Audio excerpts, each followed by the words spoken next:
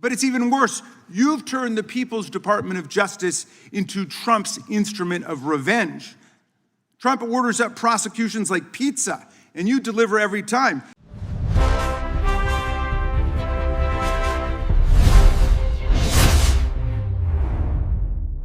Before the first question was asked, before any witness testimony, before Pam Bondi could deploy a single deflection or pivot to a single talking point, Jamie Raskin stood up and said what everyone watching had been thinking for months. You are running a massive Epstein cover-up right out of the Department of Justice. Not as a conclusion, not as a summary after hours of testimony, as an opening statement. The first words out of the ranking member's mouth, spoken directly to the Attorney General's face, with Jeffrey Epstein's survivors sitting in white behind her. And Bondi, who had prepared for tough questions, who had rehearsed her deflections, who thought she could weather this hearing the way she'd weathered others, had no idea what was about to hit her. Subscribe right now and hit that bell, because what Raskin did in those opening minutes changed the entire dynamic of that hearing room. He didn't wait to build a case. He stated the verdict first, and then he spent the next 5 hours proving it. House Judiciary Committee, the 11th of February, 2026, 10 a.m. Eastern. The room was packed, every seat filled, press gallery overflowing, and in the rows directly behind where Pam Bondi would sit, a group of women dressed entirely in white, Epstein's survivors, victims of the trafficking ring that Bondi's Department of Justice was supposed to be investigating.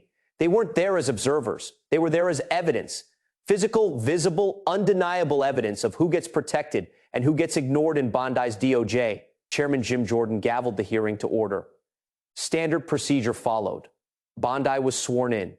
She gave her opening statement, 5 minutes of prepared remarks about violent crime statistics, border security, the stock market's performance under Trump. She didn't mention Epstein. She didn't acknowledge the survivors sitting 15 feet behind her. She looked straight ahead the entire time. Feel the weight of that sentence. Siding with perpetrators, ignoring victims. That is not a policy disagreement. That is not a partisan talking point. That is a moral indictment.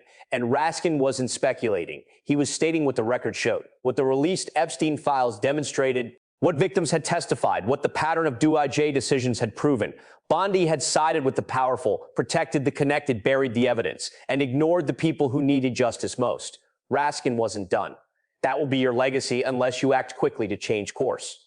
Your legacy, not a temporary criticism, not a political attack that fades after the news cycle. Your permanent record, what you'll be remembered for, how history will judge you, a legacy of protecting perpetrators and abandoning victims. And then Raskin said the sentence that became the headline in every news outlet covering the hearing. You are running a massive Epstein cover-up right out of the Department of Justice. Massive cover-up right out of DOJ. Those three pieces together created an accusation so serious, so direct, so damning that it couldn't be ignored or deflected. This wasn't about incompetence. This wasn't about procedural delays. This was an accusation of deliberate concealment, of using the power of the Justice Department to hide evidence, protect perpetrators, and prevent accountability, a cover-up orchestrated by the Attorney General herself from inside the institution responsible for enforcing the law. The room was completely silent. Reporters stopped typing. Cameras zoomed in on Bondi's face. The survivors behind her didn't move. Every person in that hearing room understood they just witnessed something unprecedented. Ranking members don't open hearings with accusations of criminal conspiracy. They build to them. They present evidence first. They give the witness a chance to explain. Raskin did the opposite. He stated the conclusion first, and the message was clear. We already know what you did. The evidence is overwhelming. This hearing isn't to determine if there is a cover-up. It is to document how you are going to respond when confronted with one. But Raskin had more, because just saying you are running a cover-up wasn't enough. He needed to explain what that cover-up had cost, who it had hurt, what it meant in human terms. You acted with some mixture of staggering incompetence, cold indifference, and jaded cruelty toward more than 1,000 victims raped, abused, and trafficked. Read that again. Staggering incompetence. Cold indifference, jaded cruelty. Those aren't legal terms.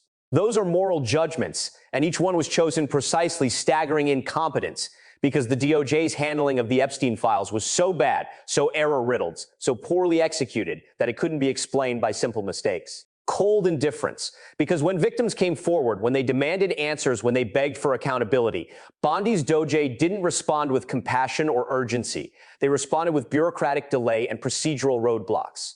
Jaded cruelty, because some of the decisions made weren't just indifferent.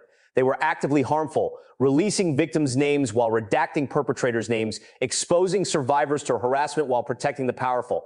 That is not incompetence. That is cruelty in the number. More than 1,000 victims. Raskin didn't say some victims, or multiple victims, or several complainants. 1,000 human beings raped, abused, trafficked by Jeffrey Epstein and the network that enabled him. 1,000 people who deserve justice. And every single one of them ignored by Pam Bondi's Department of Justice. Raskin let that number hang in the air. Then he delivered the final line of his opening statement. This performance screams cover-up. Performance. Because that is what Bondi's DOJ have been doing. Performing transparency while actually concealing. Performing accountability while actually protecting. Performing justice while actually enabling perpetrators to escape consequences. And the performance was so obvious, so transparent in its dishonesty, that it screamed what it was trying to hide. If you are still watching, hit that like button right now. Because what I am about to show you is how Bondi responded to the most devastating opening statement any attorney general has faced. And her response told you everything you needed to know about whether Raskin was right. Bondi didn't address the substance. She didn't defend her record. She didn't explain the decisions that led to victims' names being exposed. She didn't account for why no co-conspirators had been charged. She didn't acknowledge the survivors sitting behind her. Instead, she attacked, she deflected, and she tried to make the hearing about anything except her failure to deliver justice. Her first deflection was to blame previous administrations. They are talking about Epstein today. This has been around since the Obama administration. None of them asked Merrick Garland one word about Jeffrey Epstein. Classic blame shift backward, but it didn't work. As Representative Ted Lieu pointed out, you are in charge now. You have the power to change things, to hold these men accountable, and you are doing the opposite. Bondi wasn't responsible for what Garland did. She was responsible for what she was doing right now.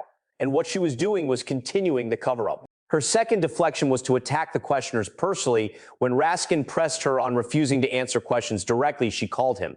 And I am quoting exactly a washed-up loser lawyer. You are not even a lawyer. Let that sink in. The Attorney General of the United States called the ranking member of the House Judiciary Committee, a Harvard Law School graduate who has argued cases before the Supreme Court. Not even a lawyer. It wasn't just false. It was desperate. The kind of personal attack you deploy when you have no substantive defense. When the facts are against you and the only move left is to try to discredit the person asking questions. Her third deflection was to claim she was being attacked for defending Trump. You sit here and attack the president, and I am not going to have it. But nobody was attacking Trump in questions about Epstein file handling. They were asking why victims' names were exposed, why perpetrators' names were protected, why no one had been charged. Those questions had nothing to do with Trump and everything to do with basic prosecutorial competence. Throughout all of this, the survivors sat behind Bondi in white silence, watching the Attorney General refuse to acknowledge them, refuse to apologize to them, refuse to even look at them. Representative Pramila Jayapal made that visual explicit. She asked Bondi directly to turn around and apologize to the survivors for what the DOJ had put them through with the botched file release. Bondi refused. She called Jayapal's request theatrics. Think about that framing, asking the Attorney General to apologize to trafficking survivors for exposing their private information is theatrics. But Bondi screaming about the stock market and calling Harvard law graduates. Not even lawyers is serious testimony. The contrast couldn't have been clearer. Raskin and other Democrats focused on the victims, the evidence, the failures of accountability. Bondi focused on defending Trump, attacking questioners, and deflecting to previous administrations. Raskin documented specific failures, names of victims exposed, names of perpetrators protected, zero prosecutions of co-conspirators. Bondi offered general defenses. We did our best. Errors were inevitable. Previous administrations. Raskin asked for explanations backed by documents. Bondi provided excuses wrapped in attacks. And through it all, the survivors sat there, visible proof of who this was really about and who was being forgotten. Here is why Raskin's opening statement was so devastating. It wasn't just what he said. It was when he said it and how he framed it. By opening with the conclusion, you're running a massive cover-up. He put Bondi on defense from the first second. Every word she said after that wasn't building her case. It was trying to refute his. Every deflection to Obama or Garland confirmed she couldn't defend her own record. Every attack on questioners confirmed she had no substantive answers. Every refusal to acknowledge survivors, sitting 15 feet behind her, confirmed Raskin's central claim. You are siding with perpetrators and ignoring victims. Bondi proved Raskin's thesis with every word out of her mouth. Her behavior was the evidence, and the documented facts backed Raskin up. The DOJ released Epstein files with victims' names exposed and perpetrators' names redacted. That is not an interpretation. That is what happened. Representative Massey showed the receipts, an email from victims' lawyers to DOJ with a list of names not to release. DOJ released those exact names. The DOJ has charged 0 co-conspirators in the Epstein network, despite files containing evidence of crimes by multiple individuals. 0. Not one person held accountable beyond Maxwell, who was prosecuted under the previous administration. The DOJ refused to investigate credible allegations presented during the hearing. FBI witness statements, flight logs, testimony. Refused. These aren't partisan interpretations. These are actions the Department of Justice took or didn't take under Bondi's leadership. Actions that protected the powerful and abandoned the vulnerable. That is not speculation. That is the record. And Raskin put it all on display in his opening statement. Republican Representative Thomas Massey, who co-sponsored the legislation requiring Epstein files to be released, told Bondi to her face, literally the worst thing you could do to survivors, you did.